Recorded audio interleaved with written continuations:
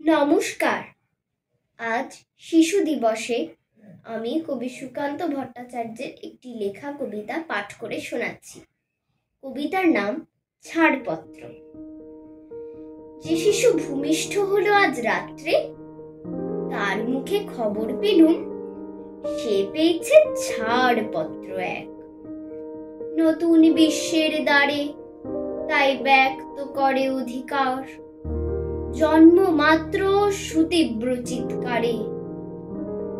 খর্বদেহ নিঃসহায়, তবু তার মুষ্টিবদ্ধ হাত উত্তোলিত উদ্ভাসিত কি এক দুর্বোধ্য প্রতিজ্ঞায়। সে ভাষা বোঝে না কেউ, কেউ হাসে, কেউ করে মৃদু তিরস্কার।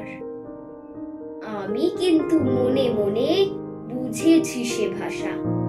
পেয়েছি নতুন চিঠি আসন্ন যুগের, পরিচয় পত্র পড়ি ভূমিষ্ঠ শিশুর অস্পষ্ট কুয়াশা ভরা চোখে।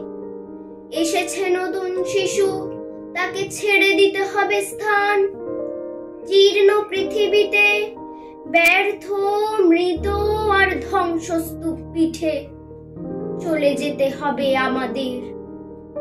চলে যাব, তবু আজ যতক্ষণ দেহে আছে প্রাণ, প্রাণপণে পৃথিবীর সরাবো জঞ্জাল। এ বিশ্বকে এ শিশুর বাসযোগ্য করে যাব আমি। নবজাতকের কাছে এ আমার দৃঢ় অঙ্গীকার। অবশেষে সব কাজ ছেড়ে আমার দেহের রক্তে নতুন শিশুকে করে যাব আশীর্বাদ। তারপর হব ইতিহাস। ধন্যবাদ।